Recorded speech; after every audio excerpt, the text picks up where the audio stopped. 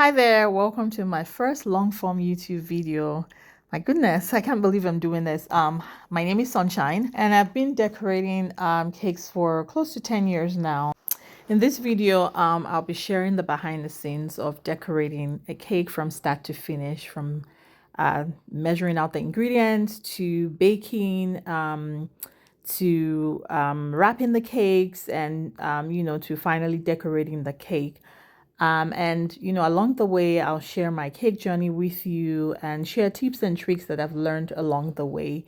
I'll be sharing from my personal experiences, the things that, I've found to work for me.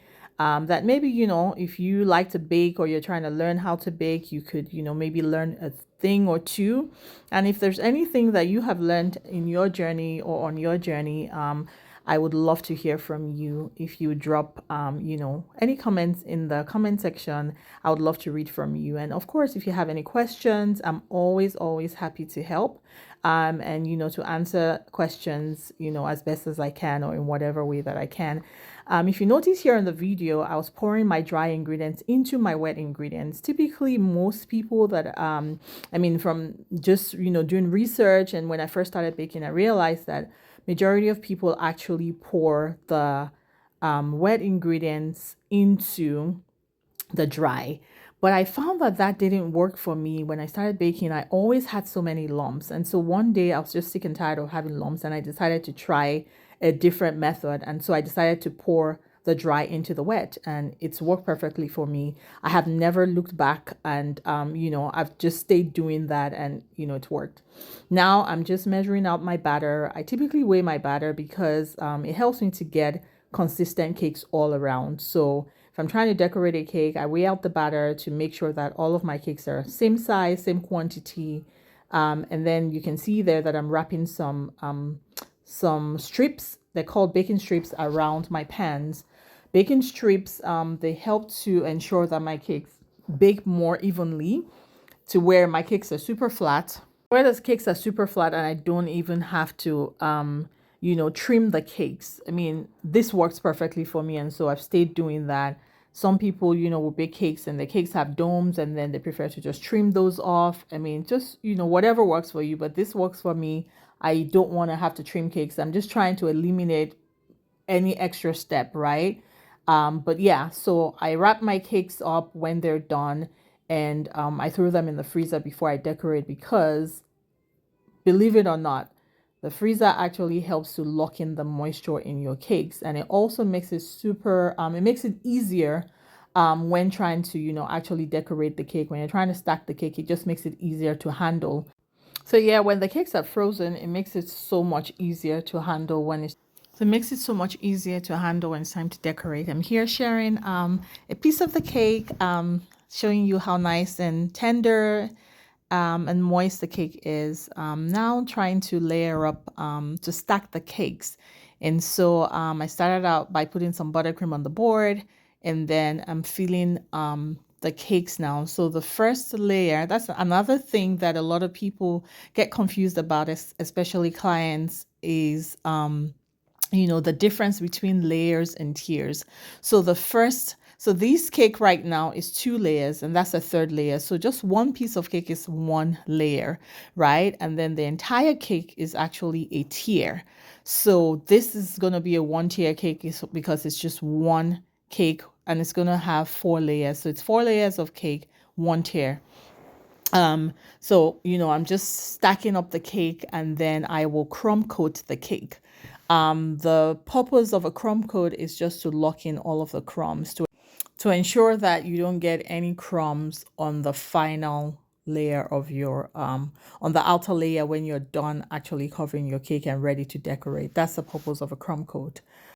Another thing that I learned or that I've learned along the way is the fact that the consistency of your buttercream matters.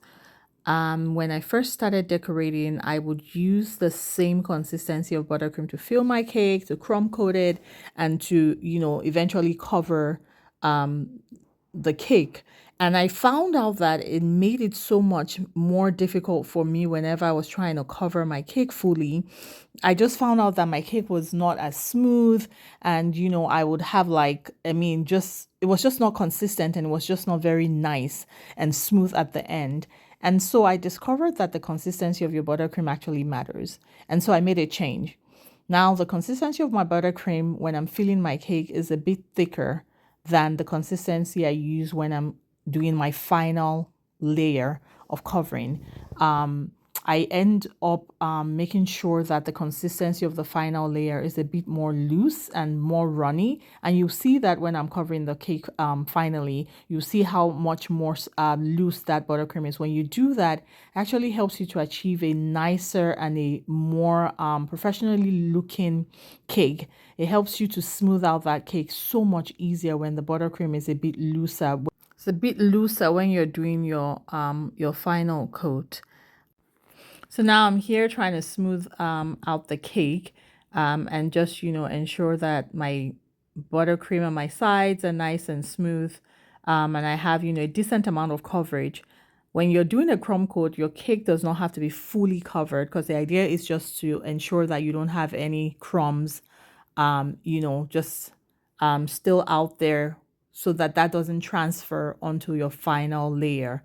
But unfortunately, I am a perfectionist, and so yeah, and so I unfortunately have the tendency to get a little bit carried away when I'm trying to do these things sometimes. And so I have to catch myself and tell myself to not sweat the small stuff and focus on the goal of just, crumb coating, right?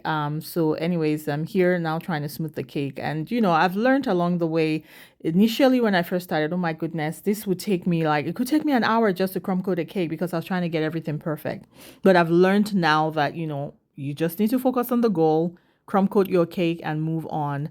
And so now I'm spending a lot less time. Sometimes it probably take me like maybe 5 or 10 minutes to stack and crumb coat the cake. Finally finish crumb coating the cake, and look how perfect it looks, right? Until I go into, I put it in the refrigerator, I bring it out, and lo and behold, the cake had cracked. Sometimes cakes will surprise you.